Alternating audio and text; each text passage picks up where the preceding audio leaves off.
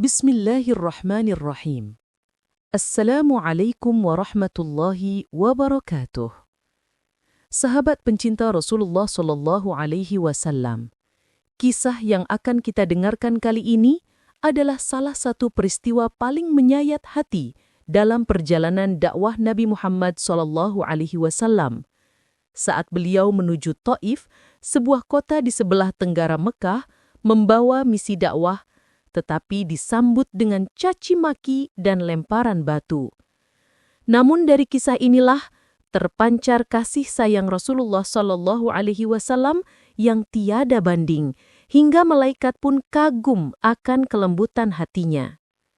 Setelah wafatnya Abu Thalib dan Khadijah RA, dua pelindung utama beliau, dakwah di Mekah menjadi semakin berat.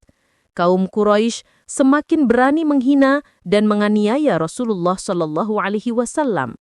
Beliau tidak lagi memiliki tempat berlindung kecuali perlindungan Allah Ta'ala semata. Maka, dengan hati penuh harap, Rasulullah Shallallahu Alaihi Wasallam memutuskan berangkat menuju Taif, sekitar 80 km dari Mekah. Beliau ditemani oleh Zaid bin Harithah RA, seorang sahabat yang sangat setia. Tujuan beliau sederhana, menyampaikan dakwah kepada pemuka Bani Saqif. Semoga mereka mau menerima Islam atau setidaknya memberikan perlindungan dari gangguan Quraisy. Rasulullah Shallallahu Alaihi Wasallam dan Zaid berjalan kaki selama berhari-hari. Bayangkan, padang pasir yang panas, angin yang kering, dan debu menempel di wajah mulia beliau. Namun setiap langkah Rasulullah Shallallahu Alaihi Wasallam adalah langkah keyakinan. Beliau tidak mengeluh. Dalam kitab Nurul Yakin disebutkan bahwa Rasulullah Shallallahu Alaihi Wasallam senantiasa berdoa di sepanjang jalan. Allahumma hdi qaumi fa innahum la ya'lamun. Ya Allah, berilah petunjuk kepada kaumku karena sesungguhnya mereka tidak mengetahui. Sesampainya di Taif, Rasulullah mendatangi 3 tokoh besar dari Bani Saqif, Abd Yalayir, Mas'ud, dan Habib bin Amr. Beliau menyampaikan dakwah dengan penuh kelembutan, menyeru mereka untuk menyembah Allah semata. Namun, bukan sambutan baik yang beliau dapat, melainkan olok-olokan dan penghinaan. Mereka berkata, "Apakah Allah tidak menemukan orang lain selain engkau untuk diutus menjadi Rasul?" Dan mereka menyuruh budak-budak dan anak-anaknya mengusir Nabi Shallallahu Alaihi Wasallam dengan lemparan batu. Dalam riwayat Ibnu Ishaq disebutkan, darah mengalir dari kaki mulia beliau hingga membasahi sandalnya. Dalam keadaan lemah, letih, dan terluka, Rasulullah Shallallahu Alaihi Wasallam berlindung di kebun milik Utbah dan Syaibah bin Rabi'ah, 2 orang Quraisy yang saat itu sedang berada di Taif. Di bawah naungan pohon anggur, Rasulullah mengangkat tangan lalu berdoa dengan doa yang mengguncang langit. Allahumma ilaika ashku du'fa quwwati wa qillata hilati wa hawani 'alan nas. Ya Allah, kepadamu aku mengadu akan lemahnya kekuatanku, sedikitnya kemampuanku, dan kehinaanku di hadapan manusia. Jika engkau tidak murka kepadaku, maka aku tidak peduli. Tetapi rahmatmu lebih luas bagiku. Doa ini diriwayatkan dalam banyak kitab sirah, di antaranya Sirah Ibnu Hisham dan Al-Bidayah wan Nihayah karya Ibnu Katsir. Para ulama mengatakan inilah doa paling menyentuh dalam sejarah perjuangan dakwah Rasulullah Shallallahu Alaihi Wasallam. Melihat kesedihan Nabi, Allah mengutus malaikat Jibril bersama malaikat penjaga gunung.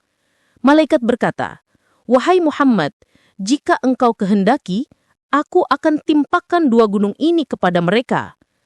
Namun Rasulullah menjawab dengan kelembutan yang luar biasa.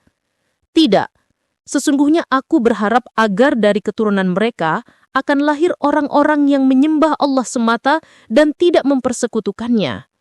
Subhanallah, inilah akhlak yang dijelaskan dalam Asy-Syama'il Al-Muhammadiyah, bahwa tidak ada manusia yang paling penyabar dari Rasulullah Shallallahu Alaihi Wasallam. Beliau tidak membalas kejahatan dengan kebencian, tetapi dengan harapan akan hidayah. Saat beristirahat, datanglah seorang hamba bernama Addas, seorang Nasrani dari Ninawa, negeri Nabi Yunus. Addas menawarkan Rasulullah SAW setangkai anggur. Ketika Rasulullah mengucap Bismillah, Addas terkejut karena tidak ada orang Arab yang mengucapkan itu. Percakapan pun terjadi, hingga akhirnya Addas memeluk tangan Rasulullah dan mencium kakinya, tanda keimanan. Inilah tanda pertama dari buah kesabaran beliau di Taif. Setelah Taif menolak, Rasulullah kembali ke Mekah dengan hati yang terluka namun penuh tawakal. Zaid bin Harithah bertanya, "Ya Rasulullah, bagaimana engkau akan masuk ke Mekah sedang mereka telah mengusirmu?" Rasulullah menjawab dengan tenang, "Allah akan menjadikan bagi kita jalan." Dan benar, Allah melembutkan hati Mut'im bin Adi, seorang pembesar Quraisy, untuk memberikan perlindungan kepada beliau agar bisa masuk ke Mekah dengan aman. Sahabat Rasulullah, perjalanan ke Taif mengajarkan kita 3 pelajaran besar. Kesabaran dalam dakwah. Meski dihina dan disakiti, Rasulullah tetap lembut dan tidak putus asa. Kasih sayang yang luas. Beliau tidak berdoa buruk untuk musuhnya, tetapi memohonkan hidayah. Tawakal yang sempurna. Ketika semua pintu tertutup, Rasulullah yakin bahwa pertolongan Allah pasti datang. Sebagaimana firman Allah dalam surat Asy-Syu'ara ayat 217 hingga 219. "Wa tawakkal 'alal 'azizir rahim."